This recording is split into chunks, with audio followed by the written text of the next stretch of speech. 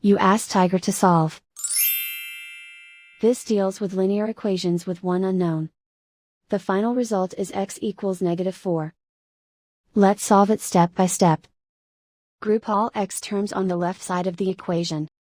Add 4x to both sides. Group like terms. Simplify the arithmetic. Group like terms. Simplify the arithmetic. Group all constants on the right side of the equation. Subtract 5 from both sides. Simplify the arithmetic.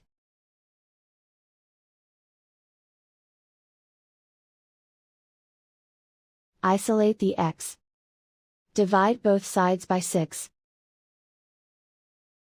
Simplify the fraction. Find the greatest common factor of the numerator and denominator. Factor out and cancel the greatest common factor. And so the final result is x equals -4.